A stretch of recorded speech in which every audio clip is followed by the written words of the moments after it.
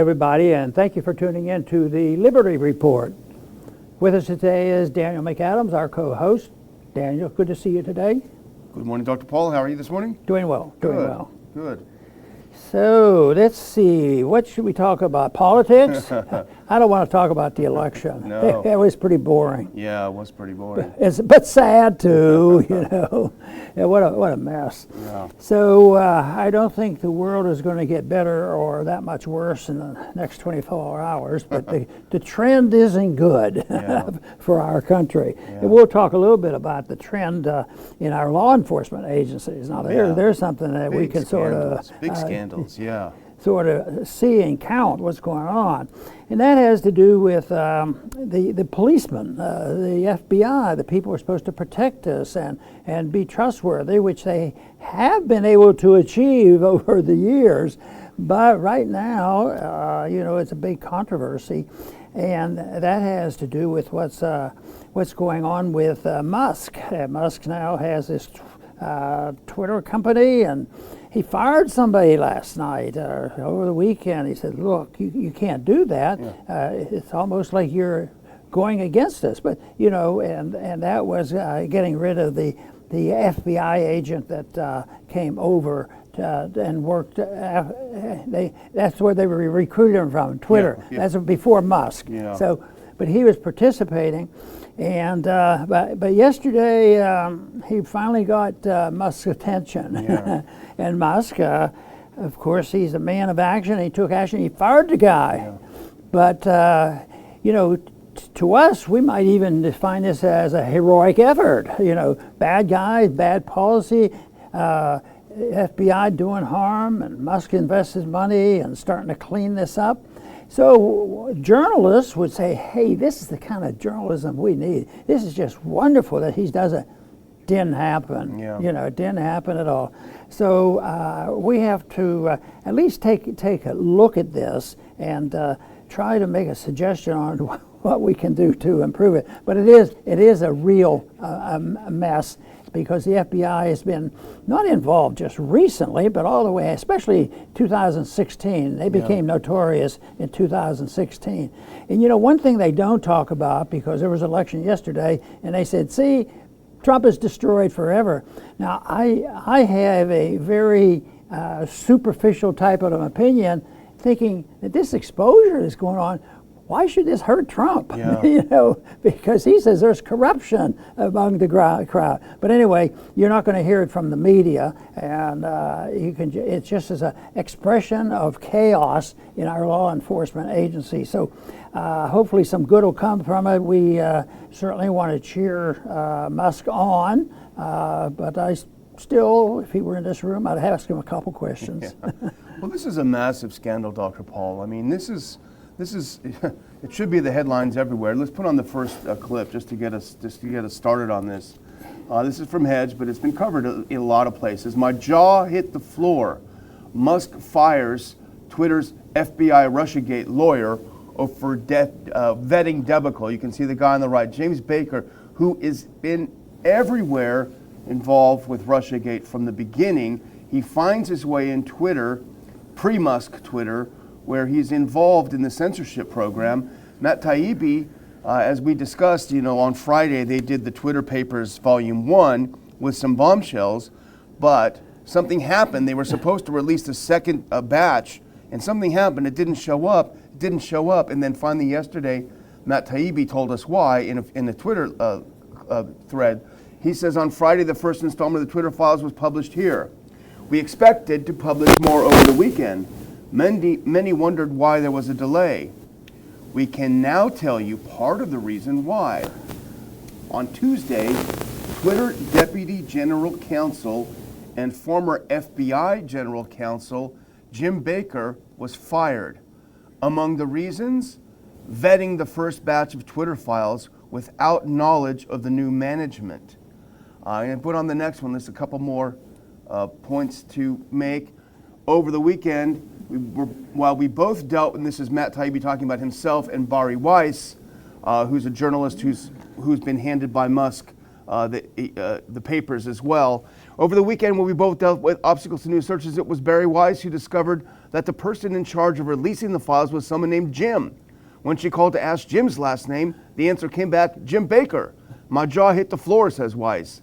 The first batch of files both reporters received was marked Spectra Baker emails. And that's a long way of saying that this guy from the FBI, former, maybe not, he's in there. Speculation is that he's furiously deleting, bleaching over, whatever you do, any of those files that may incriminate who? Him, the FBI, other government organizations, getting rid of those, deleting them with no one knowing it before they can come out. It's a huge scandal.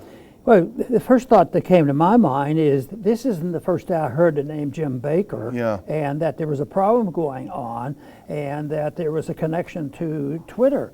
But all of a sudden, it seems like it was a secret, and then, of course, when Musk found out what they were doing currently under his watch, it didn't take him long to do what he had to do. But it just seems like there should be some weeding out. But I imagine, we might say the same thing in a week. Yeah. There might be about 25 more that needs weeding out. Look how big the corporation is, and to know everybody where their loyalties go, that is a big problem. So I'm a bit surprised, but it's bureaucratic, it's big, there's a lot of people, and there must have been a reason that he didn't get fired. And maybe they wanted the real evidence, and now Musk has the evidence.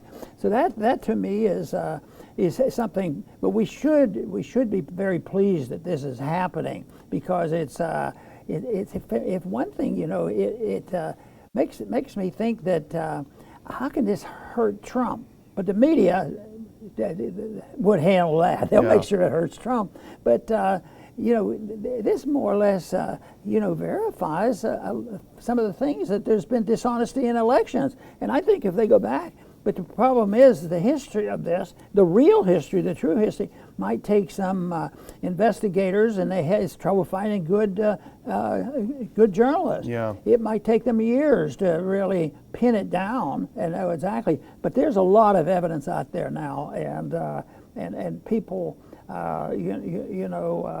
that have just revealed what's happening here. This is a great benefit. But hopefully the American people will look at it and say, what's going on? The American people want to believe that the police are our friends. The FBI is supposed to take care of us and make us safe and secure, and they don't want to think badly of them.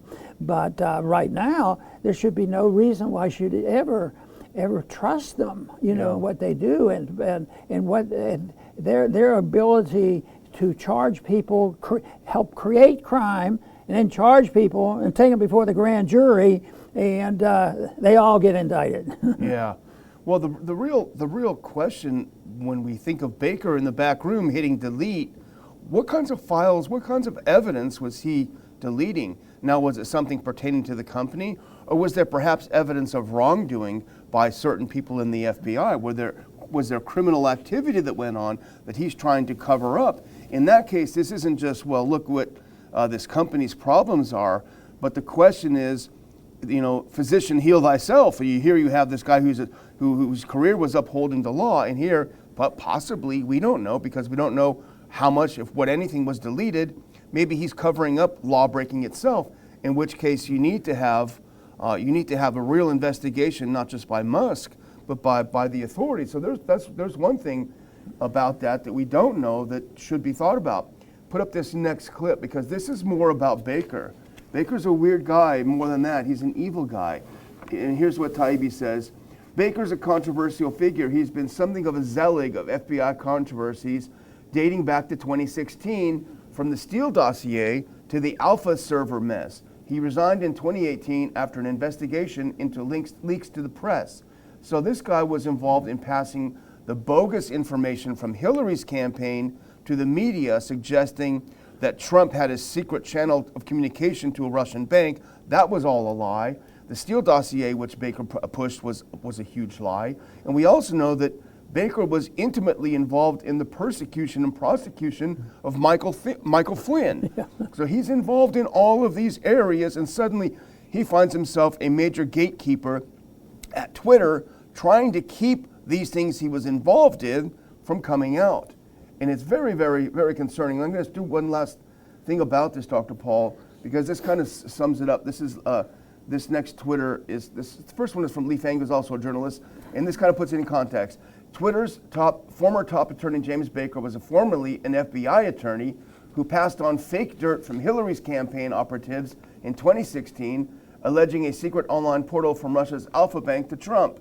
Now he attempted to shape the Twitter files. And so Eric Weinstein mentions, I can't quite believe what I'm reading, so let's go slow. The FBI's former attorney was hired by previous Twitter management and was the one vetting the files to be given to Bari Weiss and Matt Taibbi that might reveal the FBI collusion, and the new owner, Elon Musk, wasn't told any of this? To which Elon responded, only discovered this on Sunday. So he only found out all this stuff going on behind the scenes on Sunday. Watch for the guy doing it, and then he's fired. The final blow. There was no way he could resist doing what he had to do. Amazing. You know, the question comes up, you know, when you're dealing with government and business and all the potential for evil and corruption, that if you're suspect, you're an honest, law-abiding citizen, and you suspect, you know, government's involved and there's some crooked people in the IRS or whatever, that you think, well, I'll call the FBI. But who do you call now? Well, we'll call the newspapers. Yeah. Oh, they'll report this, and the people will be persuaded. No, you have to just go on. And this has been going on now. It's breaking loose. I think it's very, very important. Not to say that this just happened a week ago. This is all just real recent. This is the only time they did it because they saw an opening and they're angry at Musk. But they can go all the way back. They kept stuff from even the former head of Twitter. Yeah. You know, he didn't know what was going on either, other than I think he was more sympathetic to what was happening there. Yeah. So that puts a real handicap on people who would like to see a system where law and order, where you have some place to go and just say, investigate this. I can't investigate this, but I think, you know, I think there's a lot of corruption in ABC. But now, how can you say, oh, that's just wonderful? And the FBI said, well, you know, we are pretty busy. Oh, okay, we'll get you another $10 billion to do your more investigation. Yeah. And maybe we'll give a little more money to the IRS because they might be involved too. There's always tax problems with these people too. So just spend more money, get more bureaucrats, and more corruption. So it looks like these problems breed more corruption. Let's just hope this is a turning point. Yeah. You know, I would say the last 10, maybe even longer than that, because the CIA corruption, I believe, went all the way back to 1963. Yeah. You know, and they're still involved in the coups around the world. So it's a system that it takes waking the American people up when the obstacles will be the massive media and the power that governments have, you know, either punish, tax, regulate, or whatever they have to do to keep people from speaking out. But the corruption has accelerated to such a degree, I think it's going to come to an end, but that will not necessarily be a cheering moment, because it probably means that there's going to be total chaos, worse than we have now, because the authoritarians, the people who control the system, will not go away quietly, no matter how many times they get caught with their hands in the cookie jar. Yeah. That's not going to stop them. This is what amazes me. Baker's doing all this thing, and there's enough evidence about him, and here he is doing it for this new company. Over and over, yeah. Thank goodness it only took a day, and he was gone when it was finally obviously evident of what's going to happen. To me, it really feels like a peek behind the curtain at the deep state, because this is how it works. The tentacles are everywhere, and it does make you wonder how many undercover CIA people are inside Twitter. You know we have this the FBI guy, former FBI guy. I would not be surprised in the slightest. But the real issue at play here is not just what's happening in Twitter, but in the larger picture, it's the FBI's manipulation of the election in both 2020 and 2022, possibly 2016. And this is a big deal. And we've covered a little bit about this. This is very, very related, in my opinion. But this is the lawsuit filed by a couple of attorneys general and I mentioned the states, and I don't have it in front of me now, but they interviewed this fellow Elvis Chan, San Francisco FBI agent, who was very, very much involved in the FBI's actions inside social media. A transcript of his interview for this case came out, and let's put up this next thing. Our friend Julie Kelly, great reporter, she put up a little bit of this transcript, and I'm just going to read this question. He was asked, but anyway, okay, Mr. Chan or Agent Chan, who do you recall on the social media platform side participating in these working group meetings? Have you been testifying out from 20 to 22? And Agent Chan from the FBI says, the companies I remember attending the meetings are Facebook, Microsoft, Google, Twitter, Yahoo, Verizon Media, and what was the last one? Wikimedia Foundation. I can't see it through the camera, but so here is a weekly meetings that the FBI is having with all social media. They're talking about the Hunter laptop. They're talking about Russian disinfo. They're basically saying, wink, wink, wink, you social media companies, here's what you need to suppress. And so how much did they do with COVID? How much did they do with Trump? It's a really big, really deep corruption that's going on. And I think these two threads are sort of coming together now. Mentioning all those companies, that's a powerful force, isn't it? You know, and we talk about mainstream media and how corrupt they have been and distorting the facts, but you know, they now are probably minor because less people are watching and getting all their news off the television. They go to these sources in social media. I mean, there's a little bit of attention given on what kind of problems they give, and I think what's happening now with Twitter, there's more evidence. But they are powerful people, but we can't interfere and we can't regulate them because they're private companies. We let them do whatever they want. That's where the discrepancy comes from, because they're no more private than the man on the moon. They are the strong secret arm of the U.S. government, because this is what we're talking about is exactly it. They're the collusion between the FBI and political campaigns, presidential races, the whole works. And it's the evidence is very, very clear, but it seems like a real struggle to get the information out. Yeah, because the media doesn't want to touch it. But what the media does want to touch, the mainstream, is anyone who helps expose this. And this leads us to our second story. And our good friend Jonathan Turley has a good piece that came out a couple of days ago about this. We can put on that next clip. A cautionary tale for everyone. The media mob turns on Taibbi. And he makes a point, generally speaking, that for Taibbi to get a scoop like this, he and Barry Weiss to get a scoop like this, normally you would praise a journalist. Wow, this is amazing. He's got a great scoop. He's dropping it. But that's not exactly what happened, Dr. Paul.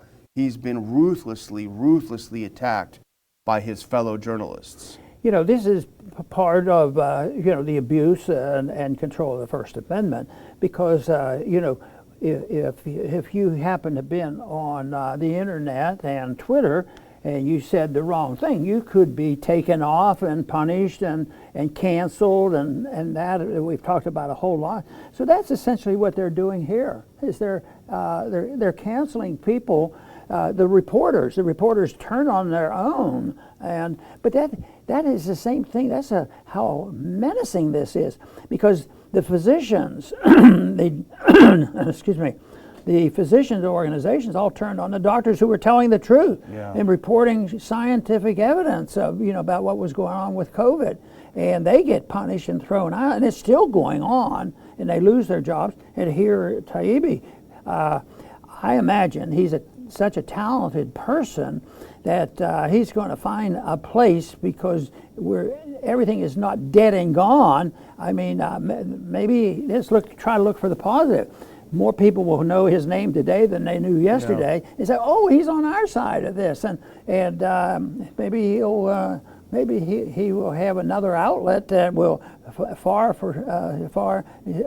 be better than anything he's had before. Well, actually, he does, because that's one of the reasons why the mainstream media hates him, because he's not beholden to any of the big companies. He has his own Substack, and that's where you write, and people who like it subscribe, and they give you like $5 a month. His Substack is way, way, way bigger than any of their readership, and he makes tons more money than they do, because he actually has people that want to pay for what he does. So that's the other thing that they hate about Taibbi. That's what they hate about Greenwald and others too, is they don't have to come begging. They just have to produce good work. Well, here's a clip from Turley's piece, and it points out, and this is just one example. He said, New York Times contributor Ahat Ali also attacked Taibbi, and this is this New York Times journalist. Matt Taibbi, what a sad, disgraceful downfall. I swear, kids, he did good work back in the day. Should be a cautionary tale for everyone. Selling your soul for the richest white nationalist on earth. Well, he'll eat well for the rest of his life, I guess, but is it worth it? And this is the attitude. Hundreds and hundreds of journalists attacked Taibbi for reporting this. But here we can actually just leave it up for a second. Here's Jonathan Turley's take, and it's the correct tape. So Taibbi's reported downfall as a writer is due to his role in disclosing a massive censorship system operated at the direction or behest of one political party and one political family. He's disgraceful because he's suggesting that the media and social media companies should not have censored a story on a multi-million-dollar influence peddling scheme run by the Biden family. And he's incredulous about this, So this is his big fault. He uncovered this massive scandal. That makes him a horrible person. It says everything you need to know about the media, I think. Boy, that's for sure. And the more we can help expose this, that's the best we can do. And, you do follow what we do here. And I sort of catch up on the number of people that we reach, and staff and others say, Ron, you guys are doing pretty good. Your numbers are doing pretty good. So, yes, we're not massive, and we concentrate on getting a message out. And we put this high on the list of importance. Both articles are worth looking up and reading. Yeah, well, Dr. Paul, there's lots of bad news out there. We cover it every day, and it's easy to get down. And people do ask us a lot of time, well, what can we do about this? The world seems to be falling apart. What can we do about it?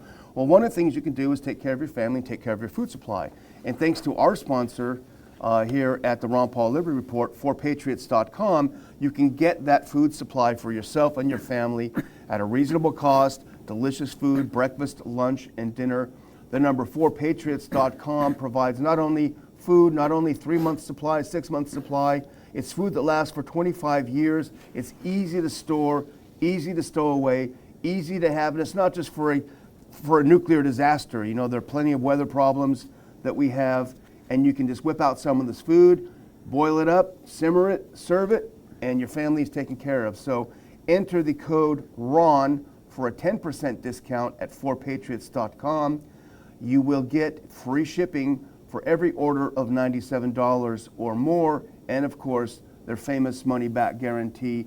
Delicious food, a sense of peace of mind in a time of turmoil. 4patriots.com. Give them a shot. Wonderful. Want to go on to another subject? Yes, let's move ahead. Okay, this one has to do with a senator that if you look and listen to him superficially, you say, well, he's a good Republican and he's good at conservative and votes against some things. He actually even voted against some of the spending going into Ukraine. Yeah. Boy, this is an interesting person. But here he comes up.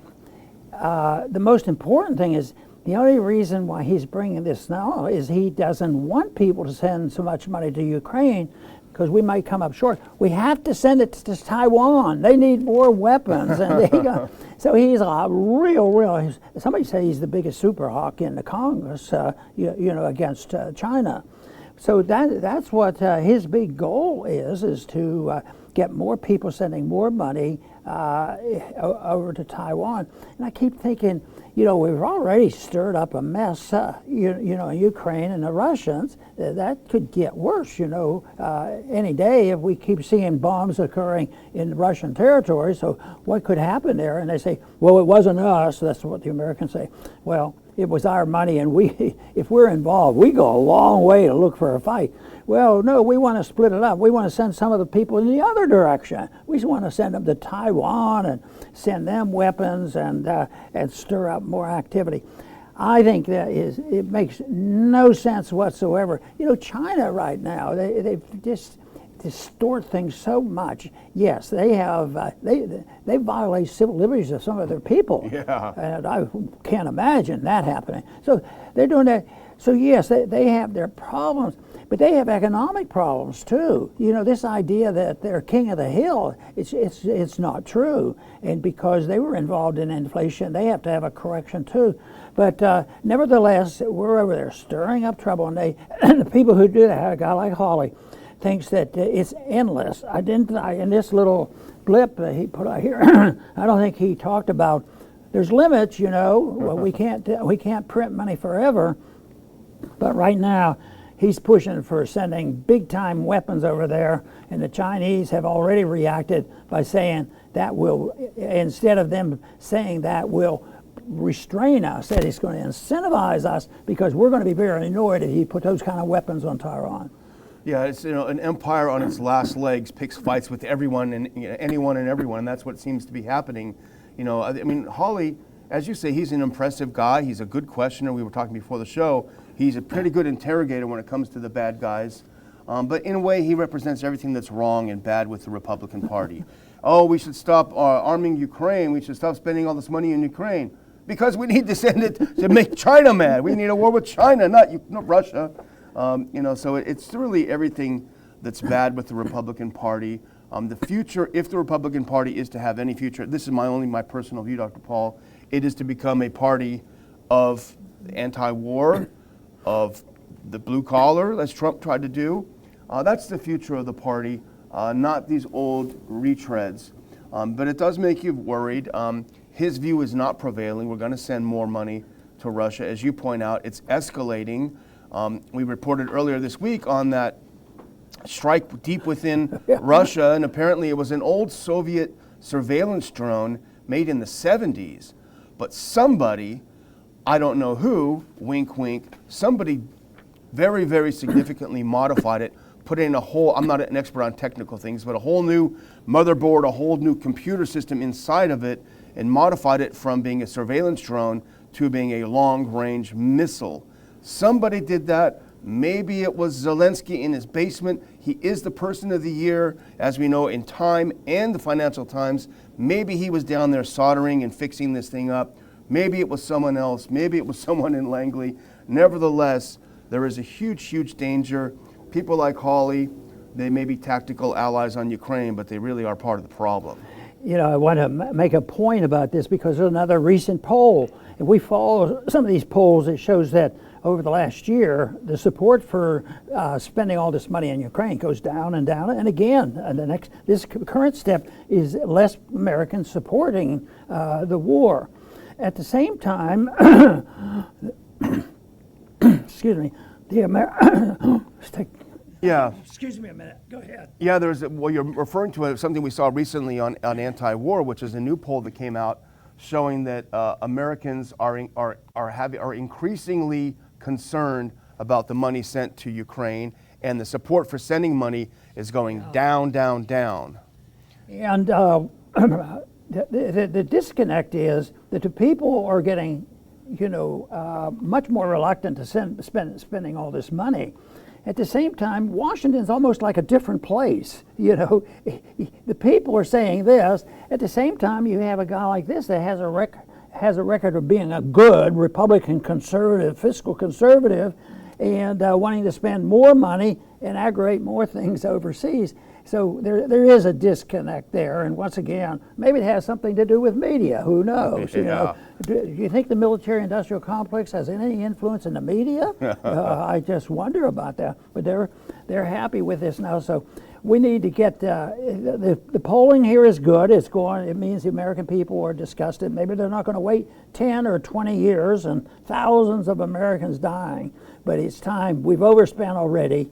Yeah, it's a big deal. And we don't need to be saying, oh, well, the compromise on this is let's spend $10 billion less in Ukraine and send $20 billion to Taiwan and say, well, we can handle this because the Chinese are about ready to invade the United States. So that's it. But I think that the answer is, Daniel, that I believe we're on to something, and it's not complicated. It conforms with the Constitution, and the founders talked about it, and that is a non-interventionist foreign policy.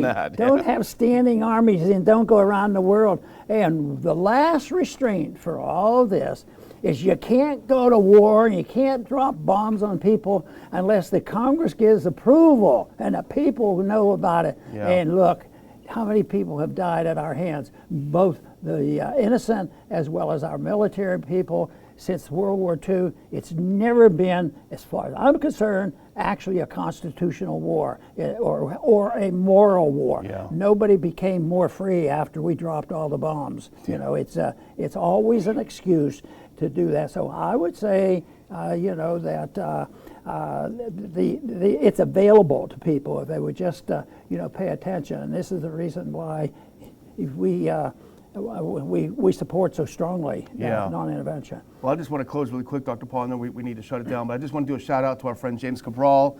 He sent in $40, 40 big dollars, James, thank you, on our chat, Rumble chat. He says, Ron Paul best said on multiple occasions that government and private business shouldn't be together. It becomes too corrupted. Then he says, keep up the good work. Thank you very much, James, and thanks to all of our viewers and listeners to the show. Please don't forget to click like and thumbs up and plus and subscribe and all those other good things to help us get the message out. Very good. Paul? Now, we had some news today which was positive, and we're encouraging that. It's not all good news because we also warn that if we don't change our ways on the principles, whether it's the monetary policy, the economic policy, the foreign policy, we'll end up in worse shape. We're going to end up bankrupt. So I do think that it's important to look at the positive things, but it's also very important to describe what it would be like if we actually had a moral system, a constitutional system, because I am convinced that there would be a much greater chance for peace and prosperity if we would do that. I want to thank everybody for tuning in today to the Liberty Report. Please come back soon.